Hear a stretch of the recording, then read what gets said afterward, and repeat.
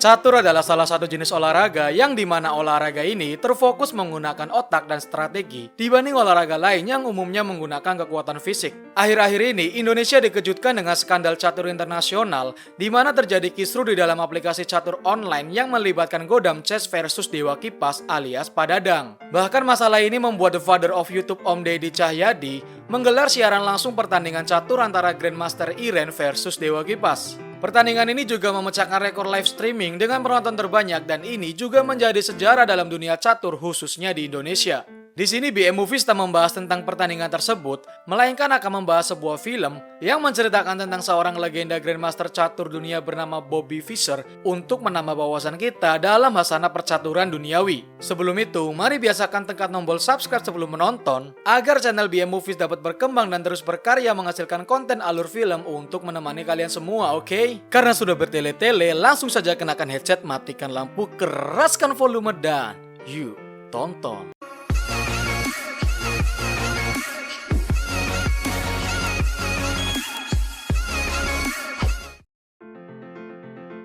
Cerita diawali dengan memperlihatkan Bobby kecil di New York, Amerika Serikat 1951. Terlihat seseorang sedang mengambil foto secara diam-diam yang dimana ini adalah perbuatan sekelompok mata-mata. Dalam suatu pesta di rumahnya, nampak Bobby memberitahu ibunya tentang mata-mata di luar rumah. Ibunya yang sudah hafal akan hal ini mencoba menenangkan Bobby dan menyuruhnya untuk tidur diantar oleh kakaknya yaitu Joan. Saat di kamar pun Bobby merasa tak tenang. Ini dikarenakan Bobby memiliki kepekaan terhadap suara, bahkan suara yang sangat kecil sekalipun. Untuk mengalihkan kecemasannya, Bobby mengambil bidak catur miliknya untuk berlatih dan memfokuskan dirinya dalam permainan itu.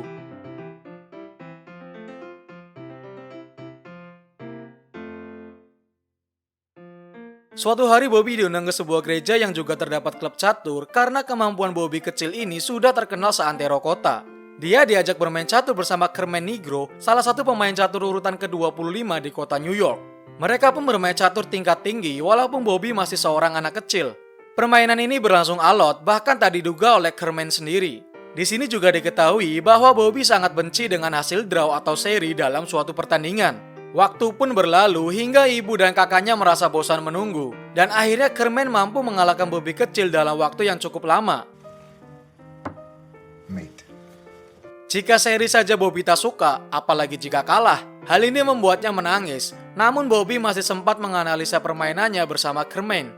Carmen mengatakan kalau Bobby memiliki potensi dalam dunia catur. Dan karena hal ini, Bobby mengajak Carmen untuk bermain lagi. Selanjutnya Bobby semakin giat sparring, bahkan melawan orang-orang dewasa di klub itu.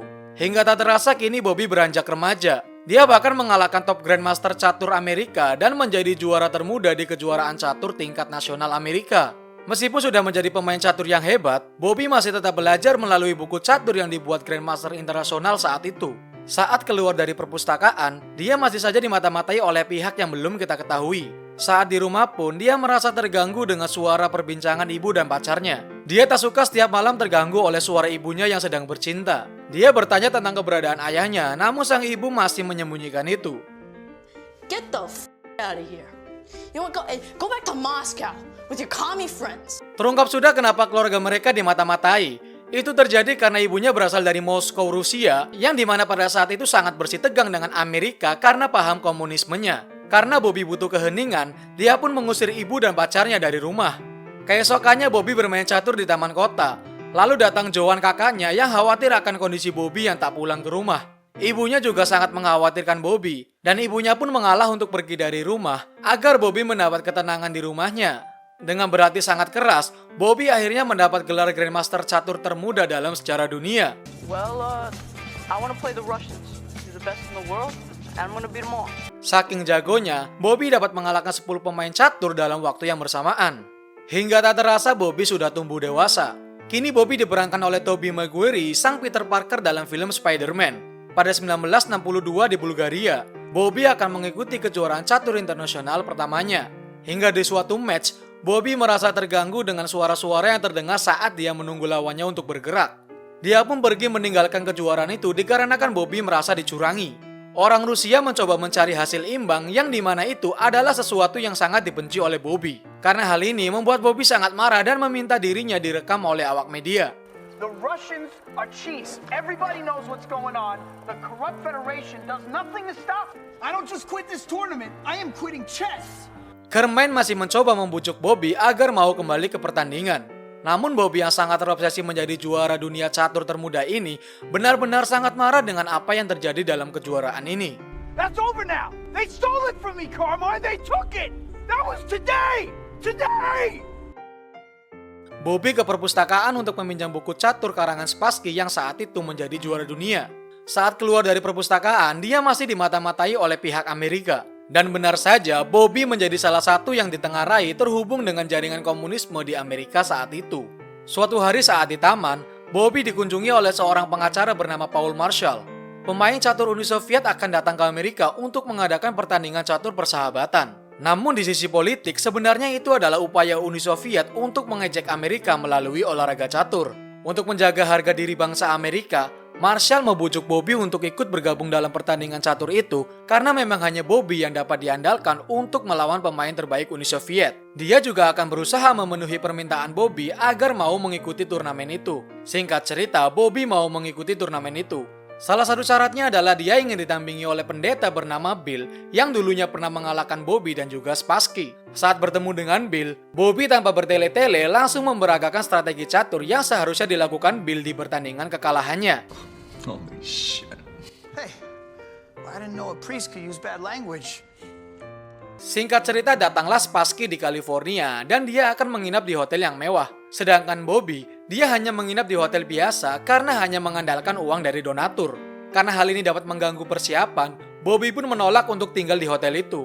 Namun ujuk-ujuk muncul wanita dari dalam hotel yang membuat Bobby terpana. Namanya adalah Donna. Bobby pun akan ditemani Donna untuk berjalan-jalan. Dan hal ini bagus karena kemungkinan Bobby mau untuk tinggal di hotel itu. Mereka pun pergi ke pantai sambil berbincang-bincang. Singkat cerita, Bobby merasa nyaman dan berencana akan melepas keperjakaannya bersama Donna. I was thinking about getting rid of my virginity. All right. Yeah, that's right. Turnamen pun akan dimulai, namun Bobby menghilang dan terancam akan didiskualifikasi jika tak datang dalam waktu 3 menit. Ternyata Bobby sedang berada di dalam toilet untuk menghindari keramaian. Dia terlihat begitu santai bahkan saat akan melawan peringkat ketiga sekalipun. Fourth. Dan benar saja lawannya langsung dibuat KO oleh Bobby dan kini menjadi peringkat keempat. Namun masalah lain muncul. Kini Bobby tak mau bermain jika syarat yang diajukannya tak terpenuhi. Syarat-syaratnya itu diantara lain naik mobil mewah saat ke tempat turnamen, mendapat keuntungan 30% jika menang, meminta penonton berjarak 5 kaki saat pertandingan, termasuk untuk memeriksa telepon karena Bobby khawatir akan disadap. Pada malam hari saat bersama Donna, Bobby masih tetap melatih strateginya walau tanpa bidak catur. Dia juga mempelajari strategi Spassky melalui buku karangannya.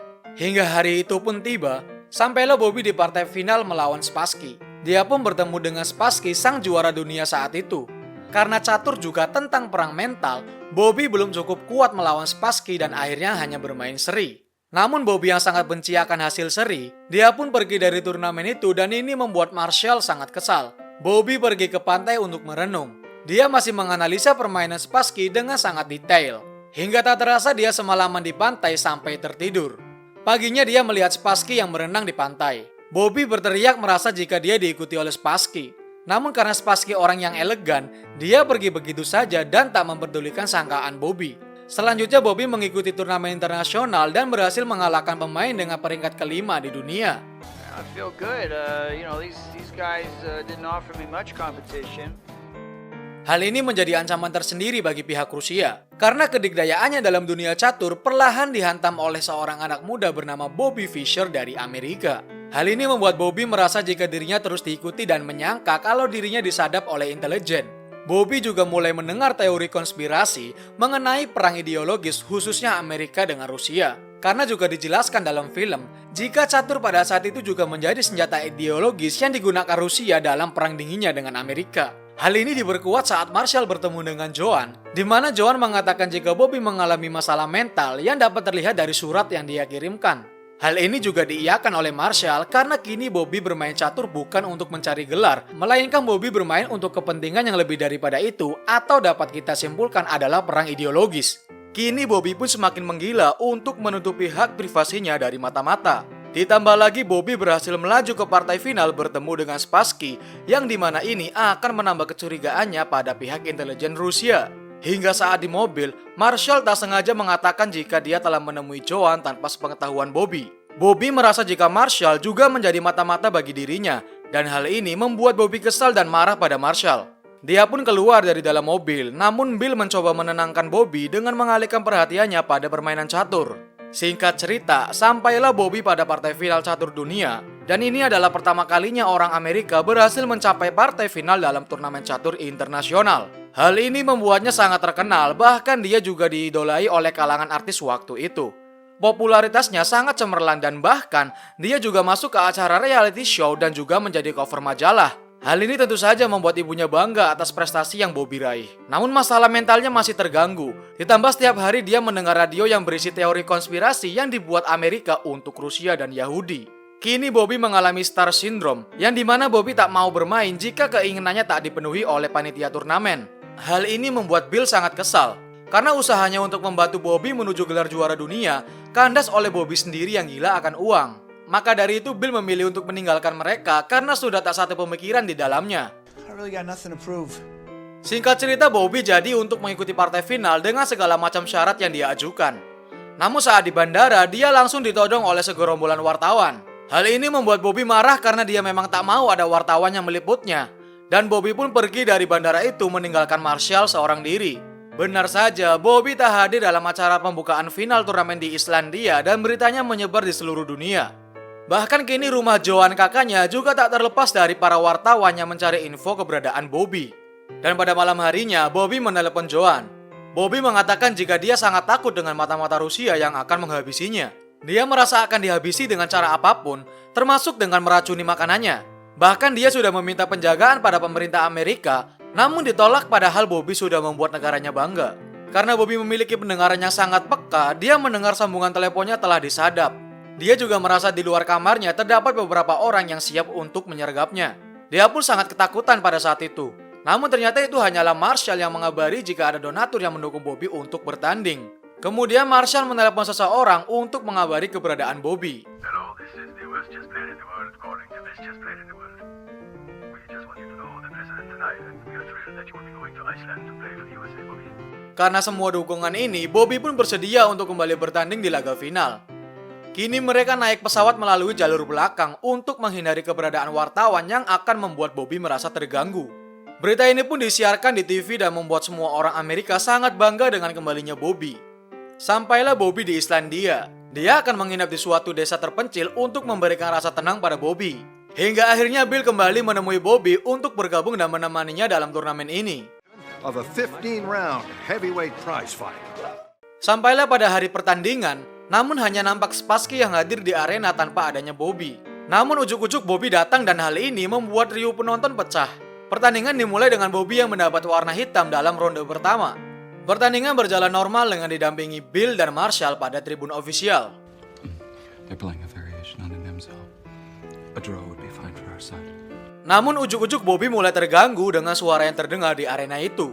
Termasuk suara batuk penonton dan suara roll kamera yang sebenarnya itu tak bisa dikatakan bising. Dia pun meminta pada wasit untuk memindahkan kamera jauh dari arena. Lalu Bobby kembali duduk untuk melanjutkan permainan. Namun kini giliran Spassky yang bangun dari tempat duduknya. Dia menyadari kalau kebisingan ini membuat Bobby hilang konsentrasi. Dia pun membuat suara hentakan sepatu untuk membuat Bobby merasa terganggu. Dan benar saja, Bobby salah melangkah dan membuatnya kalah dalam ronde pertama. First game goes to Boris Spassky.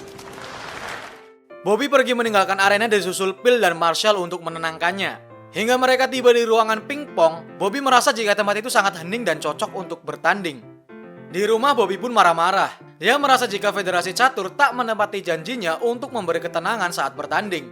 Bobby mengatakan ini sudah terjadi sejak dia masih kecil dan dia merasa jika federasi sengaja melakukan itu. Hingga akhirnya dia meminta syarat untuk melanjutkan pertandingan.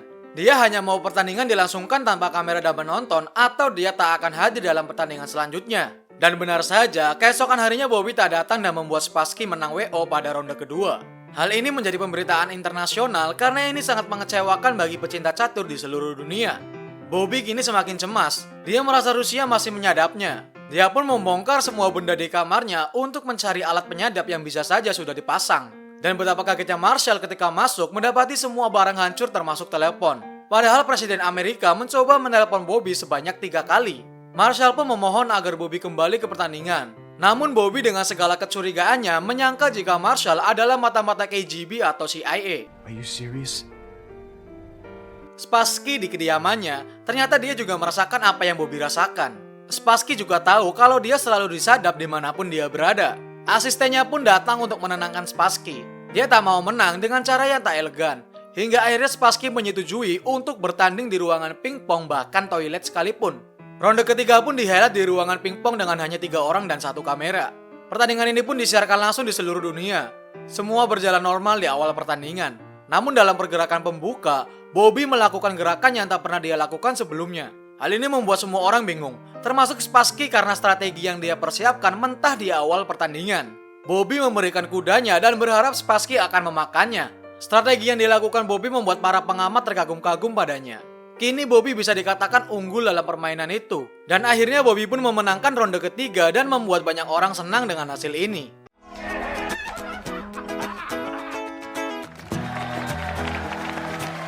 Berita ini heboh khususnya di Amerika. Semua orang bersuka cita atas kemenangan Bobby. Dia juga dianggap pahlawan oleh orang Amerika. Kini demam catur melanda, hampir semua orang memainkan catur. Mereka dapat menemukan permainan catur di rumah, taman, kelas, dan dimanapun. Selanjutnya pertandingan keempat mendapat hasil seri. Dan sampailah pada pertandingan kelima, ujuk-ujuk Spassky merasakan hal aneh dalam pertandingan. Dia merasa ada yang tak beres dengan kursinya. Dia pun melapor pada wasit jika ada getaran yang dia rasakan pada kursi itu. Dia bahkan membalik kursi itu untuk mencari sumber getaran. Singkat cerita, Bobby memenangkan ronde kelima ini.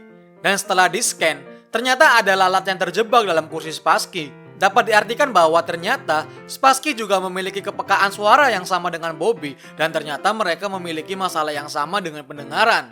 Pada pertandingan ke-6, Bobby setuju diselenggarakan di tempat semula. Bobby kembali melakukan gerakan awal yang belum pernah dilakukan dan Spassky kembali dibuat bingung akan hal ini. Hal ini juga membuat para Grandmaster di seluruh dunia geleng-geleng kepala dengan strategi yang dibuat Bobby. Singkat cerita, Spassky menyadari akan kejeniusan Bobby dan akhirnya dia menyerah dengan memberikan tepuk tangan pada Bobby.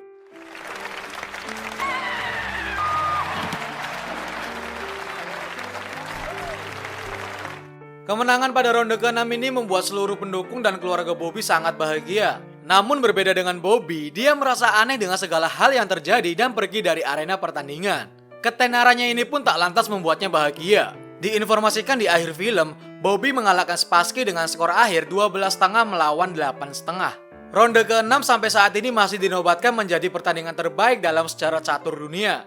Kesehatan mental Bobby selanjutnya makin memburuk. Dia menolak tawaran iklan dan menghilang dari muka publik. Tahun 1980 dia ditangkap karena menjadi pengemis. Dia mengaku disiksa di dalam penjara. Dan pada tahun 1992, dia keluar dari pengasingan dan kembali bertanding melawan Spassky.